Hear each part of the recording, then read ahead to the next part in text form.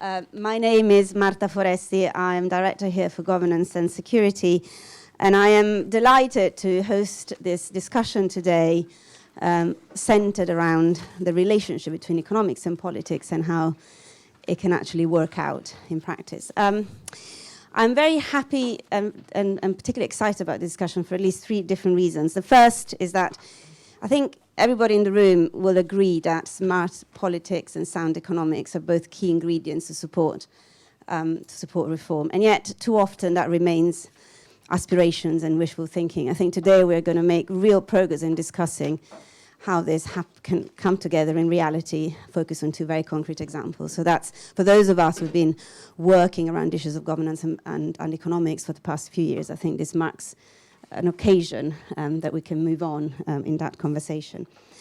I'm also very happy because, as I will introduce the Minister in a minute, we are very fortunate to be having a discussion of this kind with a politician. Too often we have the discussion around how engaging in political context, in challenging political conflicts can be done with relatively little engagement with those who actually master the politics day in and day out. And today we are very fortunate to have opening remarks from somebody who does navigate political systems as the key part of his job in his life. And the third reason is because, as some of you probably know, our friend and colleague Sue Unsworth, who passed away last week, sadly passed away. And I think that this is the kind of event that she would have loved and that she would have no doubt have challenging thoughts to share with us. And so I think it's fitting to have the opportunity to have the discussion today, thinking of her and the contribution she has made to this agenda. And my colleague David will say a bit more about that in a minute. So without further ado, let me introduce Minister Desmond Swayne, who was appointed the Minister of State for International Development in 2014, and who previously was Parliamentary Private Secretary, the Conservative Party, and it was up until was appointed a government whip in September 2012. And the reason why we're excited that the Minister was interested in the work that we have done and in this debate is because the Minister covers, as part of his responsibility at DFID, the agenda on governance as well as on economic development. So I'm particularly looking forward to hear his comment about how he sees these two agendas progressing in the future. So without further ado, Minister, the floor is yours. Well, thank you. You're very kind. I must say, thinking I've mastered the art of politics. I wasn't, I hadn't thought I'd got that far. It's when will it be my turn to rule? There'd be some changes, I can tell you. I should have one guiding principle: to let bygones be top priority. Now, comrades, international development boils down to one thing. Ultimately, it is all about jobs. It is the access to a livelihood that will provide for your shelter, your healthcare, what you eat, your children's education. And people will do almost anything to secure a livelihood. Look at the enormous migration that we're experiencing in the world today, not just across the Aegean and the Mediterranean, all over the world. 40,000 people leave their homes every day, overwhelmingly in pursuit of a livelihood, in pursuit of a job. And even those who are fleeing from warfare, they then abandon the protection provided by the UNHCR and the food provided by the World Food Programme and the other provisions that are made available because it can't give them a job. And they go on encountering enormous dangers and often fatal journeys in pursuit of a future, in pursuit of a livelihood. Now, we need 600 million new jobs over the next decade if we are going to avoid a growing army of young people who are frustrated, disenchanted, and angry. That's the vital thing we have to deliver. I only know of one mechanism, perhaps my ideological preference is coming out. I only know of one engine that can deliver jobs on any scale, never mind that scale, and that is to release the initiative and enterprise of ordinary people so they can trade their way out of poverty. And that is why so much of our effort goes into the economic development pitch that we are delivering. £1 billion we put in every year into trade facilitation and developing trade in low-income countries, as well as all the huge effort that goes into the effort to break down the barriers to investment and enterprise, be that the absence of some infrastructure, power, a road, whatever, or be it the need for a small piece of capital to enable a smallholder to get his produce to market, or be it the absence of contract law, or indeed any law in some cases. All that effort is vitally important. Equally, we come to governance. Governance is, of course, perhaps the biggest barrier to any kind of economic development. It never ceases to amaze me, the lengths at which governments will go to prevent enterprise and initiative and investment. All sorts of extraordinary regulations, the absence of regulation, over-regulation, the unpredictability of taxes, the criminalization of commercial disputes. I could go on and on. Expropriation. Indeed, when you get an economy going, and it is generating some wealth, and there are enterprises, often enough the governance is such that that will be expropriated. It will become the family business of the ruling elite. And we all know how to set up any politician in a small business. It's to give him a large one. The reality is that governments do not do things well, and therefore the less we expect them to do, the better. It is no coincidence that some of the poorest places in the world are disproportionately the worst governed. So a huge amount of our effort goes into this pitch for governance, and we are now armed with Goal 16 of the global goals, which foresees strong institutions held to account in democratic societies, enabling enterprise to thrive and drive forward that ability to trade your way out of poverty. And so we put an awful lot of effort into parliamentary reform, institutional reform, and all these good things that will deliver this ideal.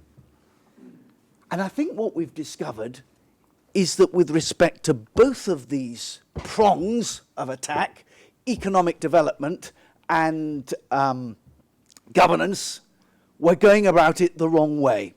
It is the wrong way to do it. We've been doing economic development over here, governance over there, and it has not, to a very large extent, delivered what we hoped. You have to bring them together as one effort, and in doing so, you change your template. You actually think about them very differently. And now this is the most difficult bit. You're working in a political economy which differs with every single environment that you're working in. The elites will be different. Their objectives, their priorities, their predilections will be different. The problems will be different. And you have to have an intimate understanding of that political economy in order to design your program to deliver what it is that you want out of it. And the two examples that you will see today have done that. The example of Nepal and in Nigeria have considerable experience of the Nepalese initiative. I visited it, and I think it's a very interesting way of seeing the change in which we do these programs. Now, there's an element of this where you're dealing with a bespoke designed program in very difficult circumstances. It still nevertheless has to meet all the standards of due diligence, the expenditure of taxpayers' money, for which ministers must take responsibility. So it has to remain, albeit somewhat less formal in some of its aspects, it has to retain the institutional controls. It can't just be an ad hoc affair. So we're working in a very difficult environment, but nevertheless a very changed environment that has moved away from the constraints that we imposed before, where we saw governance, albeit important to economic development, not so intimately part of the project. This is now the way forward. I hope that we will learn a great deal from these two projects. I want them to see this now, to see the template, the base for going forward, and I very much look forward to the publication of our new economic strategy, which will be coming out in the next few weeks, to drive forward this vitally important agenda. Remember, it's all about jobs.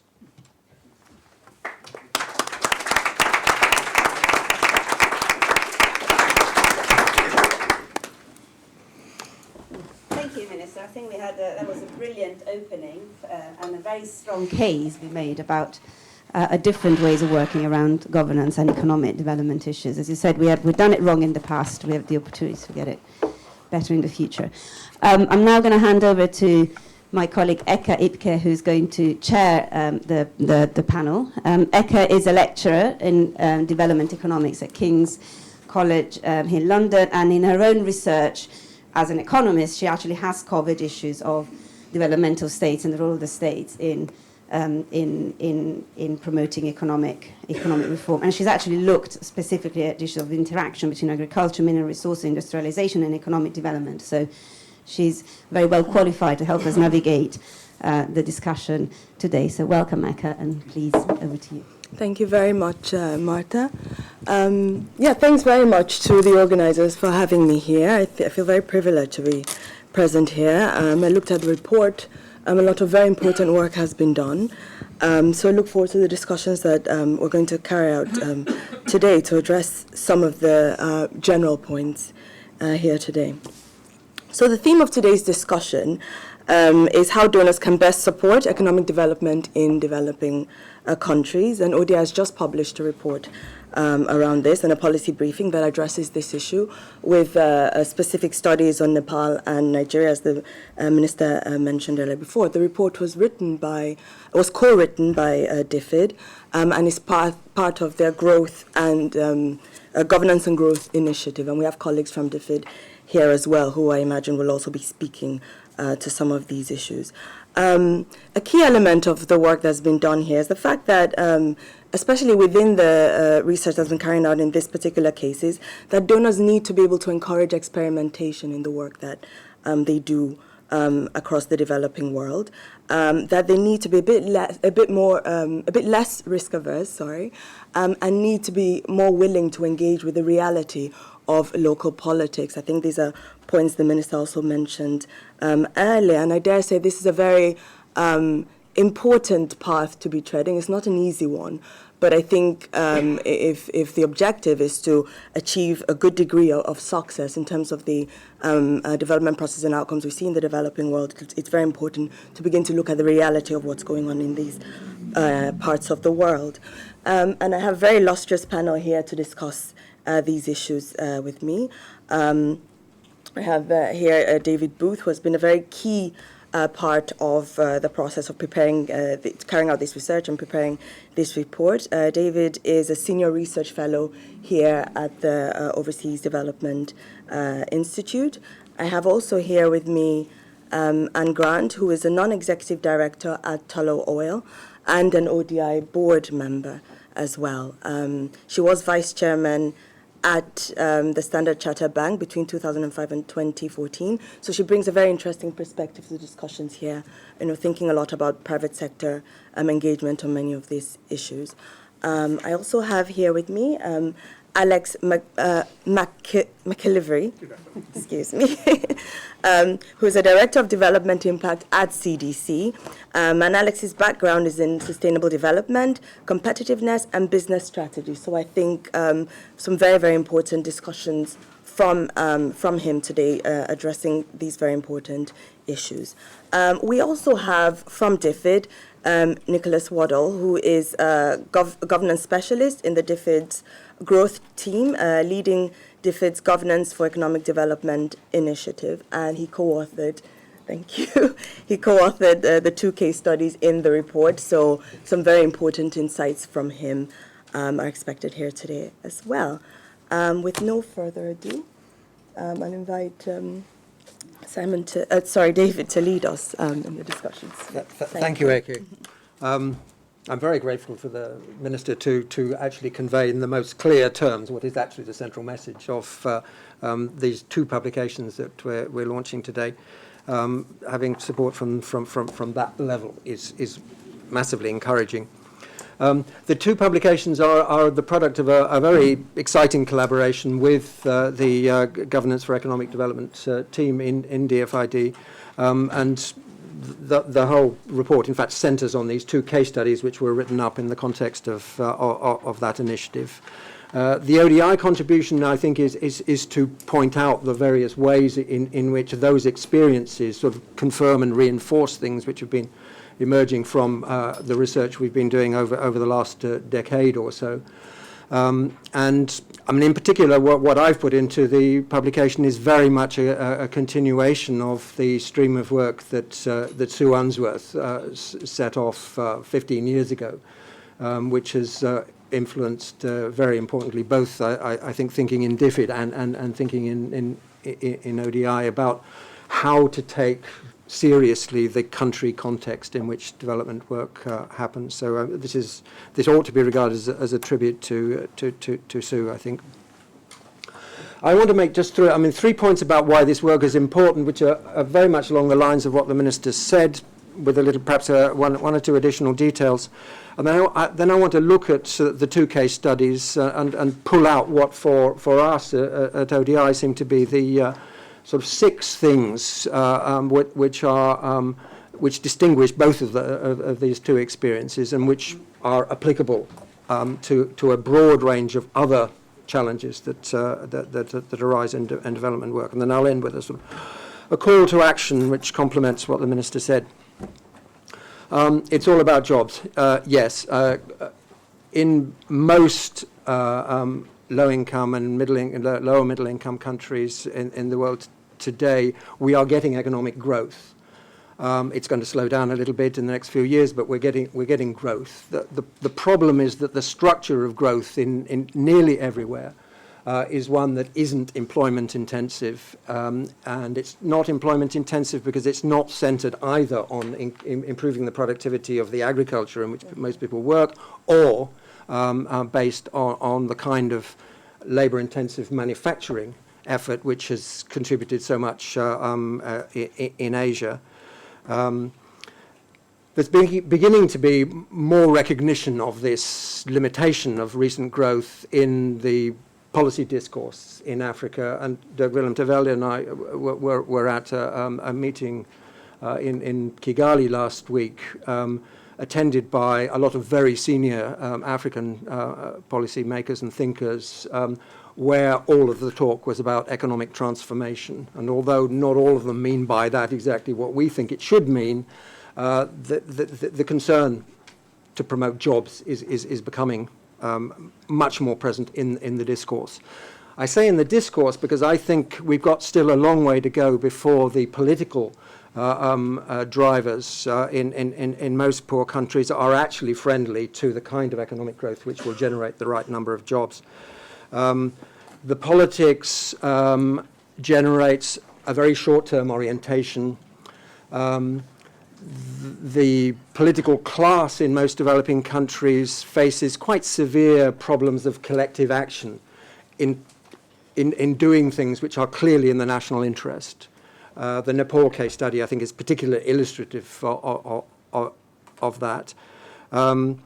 In some countries, there is also a major problem that the political class is deeply engaged in diverting major sources of income from natural resources and other things into purposes which do not promote the right kind of economic development. As a consequence of this, the infrastructure and the power supply that private investment in jobs requires has been neglected for years and years and years. the kind of serious industrial policy which is necessary to generate labour-intensive manufacturing is not there. And as a consequence, investors, both local and international, focus their attention on rapid turnover commercial activities and service activities. They don't go into the kinds of industries or the kinds of agriculture that will actually crack this problem of jobs. Second point, this is not a problem that is going to correct itself, at least not in the short and medium term. So there is a role for international actors in trying to overcome specific barriers to the right kind of economic development. Problem, international effort which recognizes that these are problems of governance as much as anything else, has over the last 25 years, I mean since the end of the Cold War, had a tendency to promote better governance, inclusive institutions in a sort of blanket way, as if it was possible to solve all of these problems in the short term. It's clearly not possible to solve these problems in the short term, at least until there is a decent amount of economic growth which creates a working class, creates the kind of conditions that make possible good governance. Promotion of good governance has not paid serious attention to the history of how countries have developed better institutions and therefore better development in the past. So there's been a lot of wasted effort, both on the part of the international agencies, but also on the part of governments in countries who've tried to do something that's too untargeted. So thirdly, I mean, it's very important that we're now getting some experience with interventions which are targeted, which try to bring together the resolving the obstacles to growth and resolving the specific governance blockages which are tied up with that. Very important that we're getting some interventions which are trying to be politically smart about promoting economic development. And very important that we're writing about it now. And this is a real breakthrough to actually have two decently documented case studies of interventions which are trying to be politically smart and are therefore somewhat risky and somewhat sensitive in some respects for DFID. These two case studies, there are people in this room who know much more about these particular experiences than I do, either from the DFID side or from the side of the organizations who've been implementing the programs. So I don't pretend to be an expert on the case studies. But these are 6 things that seem to me to be common to these two experiences, one in Nepal and one in Nigeria, and which are generalizable, which are widely applicable to the major obstacles that are currently preventing labour-intensive growth. The first is that both of these interventions have generated large, measurable results and measurable outcomes, or at least something pretty close to an outcome, is something that a lot of donor interventions lack. So it's a really positive thing of these two experiences, that they've actually made a difference, and you can attach a number to it. And the numbers may be somewhat tentative, but they are at least numbers. So the intervention in Nepal, which centered on creating a think tank called the Center for Inclusive Growth, and had as its main entry point to government a new investment board for Nepal. That initiative unblocked investments in hydroelectric power, which, if fully implemented, would add up to some sort of $2 billion of investment by Indian firms in hydropower generation in Nepal. The facility for oil sector transparency, FOSTA, in Nigeria, has recouped over 300 million pounds in Nigerian public funds, which had been diverted in one way or another from public utilization. So big measurable impacts. Secondly, the DFID funding in both cases was highly flexible, which allowed opportunities to be seized quite quickly in the Nepal case, an opportunity was created by the Prime Minister's action in setting up this new investment board, and then, completely unpredictably, Prime Minister Modi of India made a visit which suddenly sort of improved the conditions for negotiating with Indian investors from one day to the next. Thirdly, in both cases, we have experience of adaptive programming. Both were employing a sort of learning by doing approach. And consequently, fourthly, they were both able to be politically smart. So they addressed the governance obstacles in a clever way. Fifth, very importantly, in both cases, the way the intervention was managed gave a central role to citizens of the country, who played the principal role in the sort of frontline business of steering around the obstacles and getting the agreements settled. Neither of these projects had a big DFID brand or Union Jacks stuck on them, which enabled a very effective combination of international sort of expertise on the technical side of the thing and action by local actors. And then finally, as the case studies emphasize, these are two good examples of the usefulness of using DFID funds in a somewhat risky way for the sake of a very large payoff. Risk for massive payoff. So finally, my call to action is we need more of this. These experiences are highly relevant to a whole range of other principal sort of obstacles to generation of jobs. We need more of the current experience to be written up. And we need DFID to make sure that it is continuing to support the enabling conditions for this kind of working, because this is a really important contribution to development. Thank you very much, David. Thank you. Going to make a few comments. Okay. All right. Thank you very much to the Minister. He's having to leave now because of a previous commitment. Thank you very much for joining us here today. We have colleagues from DFID as well. If anyone wanted to speak to some of the points he made, I'm sure they'd be able to respond to that. You're coming back? Yes, I believe he is. Right. On that note, if we could move over. Oh. Okay, then. Thank you very much, then, Alex. We'll move over to you. Thank you. Thanks, Anne, for seizing the privilege of following David. And so, CDC, if you don't know, is the private sector investing arm of DFID. And so we have a mission to create jobs, and so we're delighted to hear the Minister begin and end his kind of introductory comments about the importance of jobs, and kind of thinking about Nigeria in particular, and the 2014 stampede where I believe 16 people lost their lives trying to get application forms for actually government jobs in that case. But it is a matter of life and death for people to get jobs and livelihoods. So we don't need any convincing about that.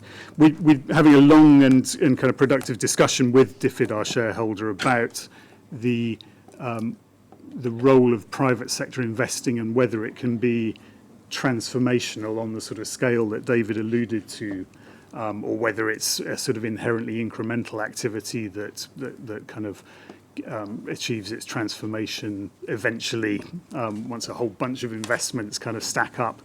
And ODI in particular has been a good partner, intellectual partner, in helping us think that through. Not all resolved yet. So my comments are not primarily about Nepal or even Nigeria, but maybe one comment about the Nepal case, which is that I have some colleagues who've been trying incredibly hard to make investments in Nepal over the last 3 years, and have seen at first hand the impact of the DFID initiative and the way it has improved the prospects of private sector operations making investments in the hydroelectric sector. My understanding currently is that there's still a few bumps in the road. I'm not an expert on this, but kind of from what I heard yesterday, the position for people who would like to make equity investments is more problematic than those who would provide debt, and I don't want to get into the details of that in my 5 minutes. But so I think the one thing I'd add to, if there's room for a seventh thing, would be about kind of, yes, nimble, kind of opportunistic initiatives, but there's got to be some staying power as well for when things get tough afterwards. And don't declare victory, I don't think, on the Nepal case until the big private sector operations can see their way to actually kind of unleashing that money. In terms of Nigeria, I feel less qualified because CDC is specifically disincentivized by DFID from investing in the oil and gas sector, because it doesn't create enough jobs. And Anne and I have been arguing beforehand, as you'd expect, given Anne's position, about whether that's really true that the oil and gas sector doesn't create many jobs. And the reality is sometimes it does, sometimes it doesn't. And these days, with indigenization or local content requirements, it does create more jobs than it used to. And the stats haven't caught up with the reality on the ground. So maybe there's an issue there for CDC. We need to kind of think a little bit more about whether we really avoid that sector. However, I would say that the sort of approach that I think is highlighted in the case would be very relevant for other sectors where we have much more incentive from DFID to make investments. And so the three examples I'd quickly pick out, and we can talk about them in the open session, would be in the sort of women's economic empowerment, and maybe with a particular focus on financial empowerment. And so we've seen slow progress, I think, in Nigeria in terms of replicating things that have happened in East Africa in terms of mobile banking. And that has been very beneficial for women in East Africa. My understanding is it has been more difficult to get going at scale in Nigeria. We could go into some of the reasons for that later. I know that MTN and Diamond Bank have just in fact last week kind of unleashed a new initiative focused on women's mobile banking. Maybe that will be the tipping point, but I'm sure that there's some nimble, adaptive work that DFID could do to try and identify where the roadblocks are there, and that would be fantastic. The second area I think is probably in off-grid solar and other off-grid systems, and half of Nigeria is still pretty unconnected. The diesel and kerosene sectors are very well embedded. A lot of people rely on those and take a lot of convincing that something else is going to be at least as predictable as that. That's at least as much a sustainability issue as it is as an economic development issue. But again, the kind of the real takeoff of solar, I think, in Nigeria hasn't happened yet, and I think there's potentially room for some smart initiatives there. And then my final one, I think, is about management, and I think this is talked about in the paper about the high quality national staffing of these initiatives. And I think it also applies in private sector that we see a lot of interesting businesses that are kind of semi-African in terms of their senior management, but it's not just the owners or the investors that are not African. There's also parts of the senior management. And so I think there is, and I'd be interested to hear your African leadership experience. We're also trying to do a little bit of work on identifying the future African CEOs in a number of countries. But I think, there is an issue there about how you get high quality. In the case of MTN, has been very much in the news recently in Nigeria, but it's not just about MTN. There's a lot of companies that have non-Nigerian senior management and board members, in fact. And so I think there's something that maybe could learn from the success stories that we've heard about here. I think that's all I've got time for. So it seems very relevant, but I don't have any kind of blueprint. Thank you very much for that, Alex. I think there are some very important points for us to pick up on later. Thank you. Thank you. And now we'll move to Nicholas. Thank you. Astute observers amongst you will notice that I'm not Nick Lee, DFID's Deputy Chief Economist. His excuse has typical Nick Lee flair. he managed to fall out of a tree with a chainsaw just the other day, luckily only breaking a rib, but I thought I'd share that with you because it's a pretty cast iron excuse for not being here. So, as our chair highlighted, I'm a governance advisor in the growth team in DFID, and this is not a normal or natural thing in DFID. And I'm saying this because it sort of highlights the wider themes we've been discussing. 2 or so years ago, when I was sitting in a country office thinking, oh, what do I do next in DFID? Coming back to London, do I go and join our governance department, which would have been great, or do I do something quite different and become a black sheep amongst our economists and private sector development advisors, and be the kind of the lone politico in the economist wilderness? And I chose the latter. And I thought this might be a complete disaster, but actually it's been the best job I've ever done in DFID. And I think that's partly because we're at a really interesting place in DFID at the moment for bringing these two agendas together. I thought I would be pushing on a closed door by talking about political settlements and political economy analysis and all this kind of stuff. But actually, many of my economist colleagues and private sector development advisor colleagues were and are completely up for doing more of this. What's held us back, I think, beyond some of our institutional culture and intellectual frameworks and all the rest of it, is partly this question of how. It's never very impressive to say politics matters, politics are very important, it's all context specific, great, yeah, so what, who's going to disagree with that? Where it becomes interesting is when you get the granularity of these kinds of case studies to see what it means in practice to do this, what's different from the norm, and what might be the wider lessons. So I'm especially pleased to have worked with David on this report to actually do that in practice. When I speak to ministers and we're giving a briefing and I say, oh, but it's all political.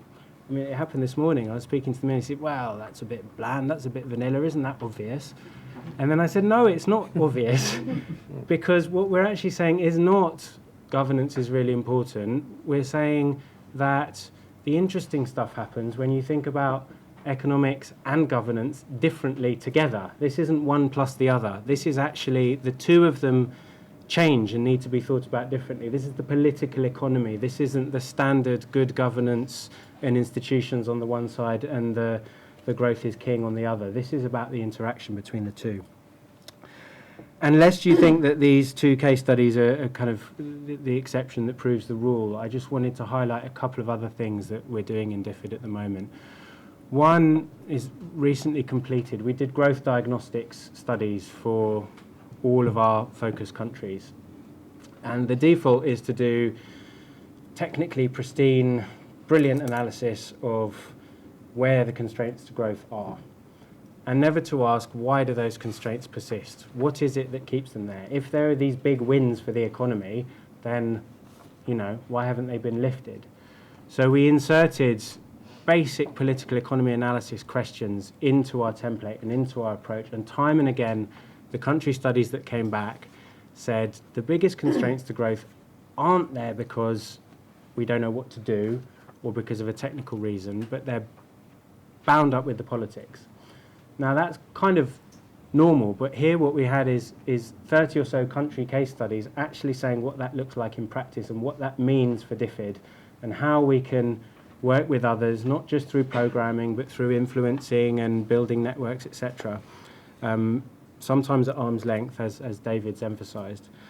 And that's a really powerful tool for informing our economic development work going forward.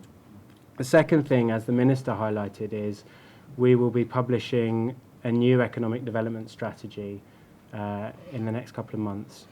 And it's still draft.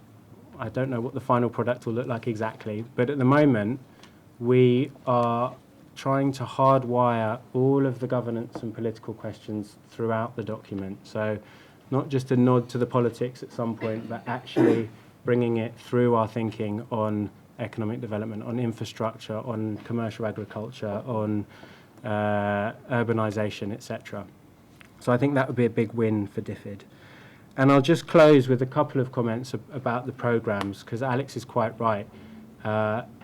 This isn't case closed in Nepal, landed the deal, champagne, etc. The political risks persist. And in the Nepal case in particular, the line between success and failure was incredibly fine. This could have been a complete belly flop of a programme, and none of us would be writing up these reports. And in DFID, we're not very good at talking about failure, and I'm sure we should do more of that internally and externally, because these are cherry-picked examples, of course they are. But that's why I'm acknowledging that, if those deals hadn't landed, we wouldn't have been talking about it in this way, and yet 98% of what the programme would have done would have been the same. So there is an element of luck about these programmes, and there are big problems ahead, of course. The last thing is just to say a lot of this boils down to quite prosaic, but nonetheless fundamental questions about our corporate systems, our internal rules, our regulations, etc. And Peter Taylor, colleague from DFID, is here today, who works on the better delivery stuff. This is all about our smart rules. What are our own internal incentives for working in more politically informed and adaptable ways? What are our internal incentives for, taking risks where there might be high reward? And that's a work stream that's going on in DFID that I think is quite exciting and is very consistent with the kinds of results that we've seen here. I'll stop there, but look forward to the discussion. Thank you. Thank you very much, Nicholas. Again, very interesting choices. Thank you very much. Last one, Liz. Thank you. If I could just add a couple of words myself about Sue Unsworth, because she was also a very valued colleague of ours on the ODI board. But I first met Sue and worked with her 25, maybe more years ago, before DFID split from the Foreign Office. I was in the Foreign Office bit and she was in the ODA bit. And I do wonder, just hearing what you say about the divorce between economic development and political economy, if that wasn't partly at least contributed to by the split in the departments. Both Sue and I, by the way, were big champions of an independent DFID and a cabinet minister in DFID. But I do think there's been a downside sometimes in delinking political analysis from economic development in some of the specialisms. So just a thought. And to say how very much she will be missed on the board. She was the most rigorous and person with the best memory of any of us, and I don't know how we're going to manage without her. Just to say, I think these are great reports and should be, I think, the default position of the way DFID works. As Nick said, who could disagree with the importance of being flexible and being sensitive to the local context.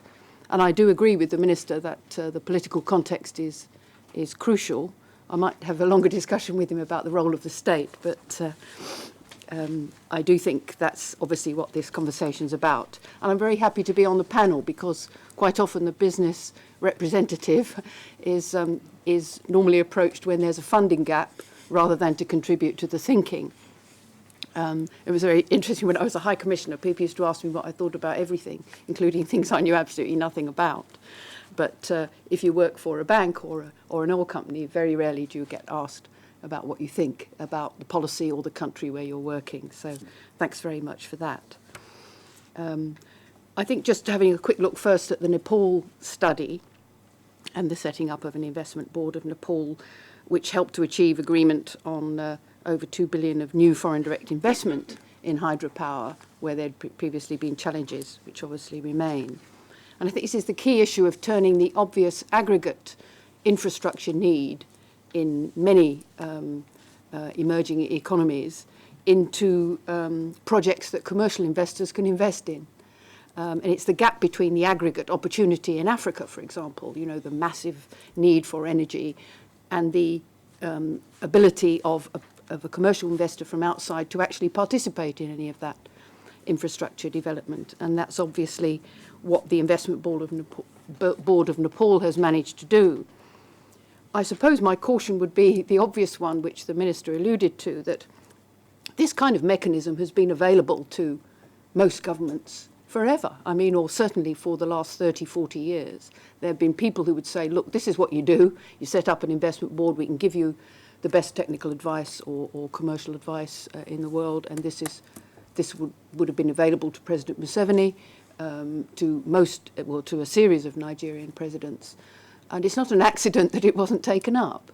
I think the fact is that it's all about who gets what.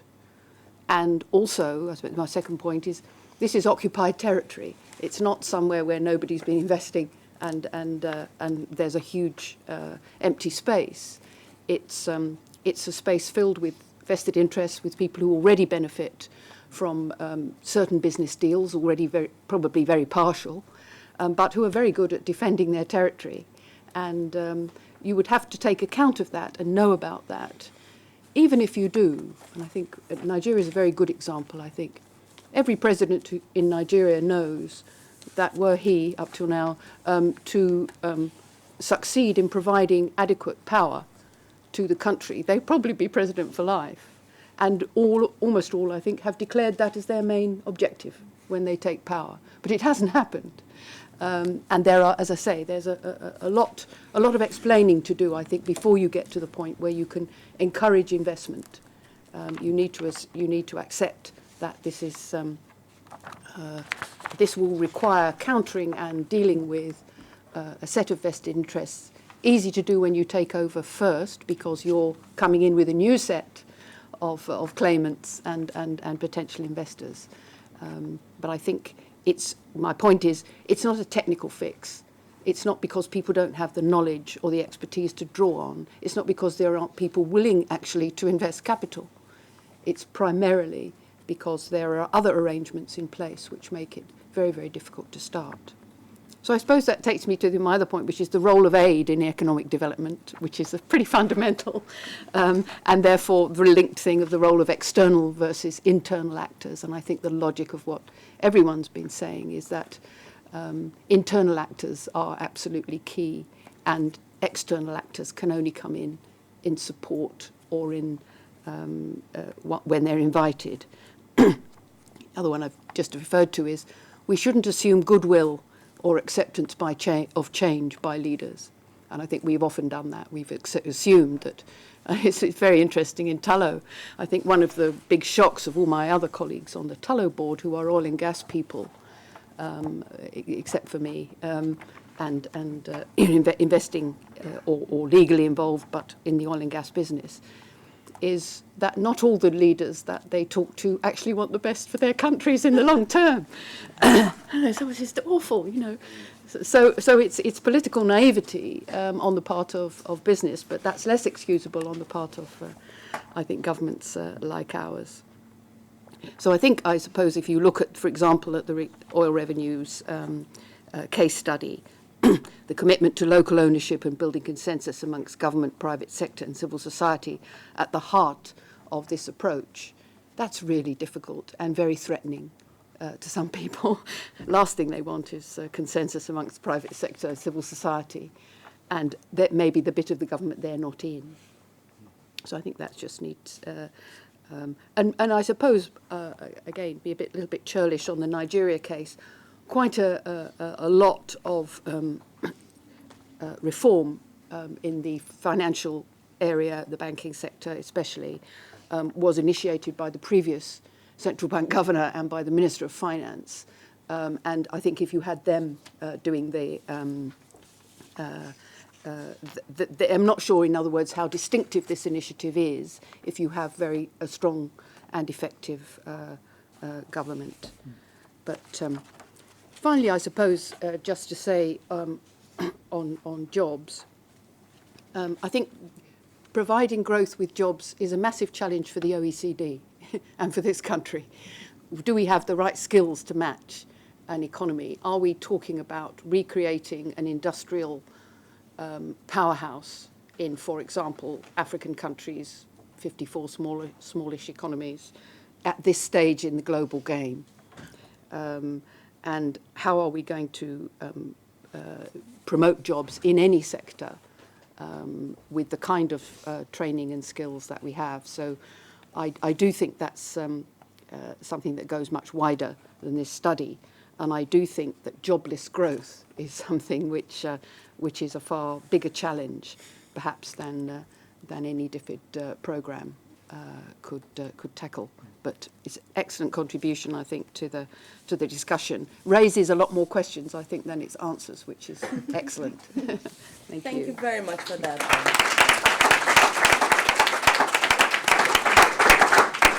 Excellent. Thanks very much to our panel. I understand we're going to have a first question from Joanna from Oxford Policy Management. Thank you.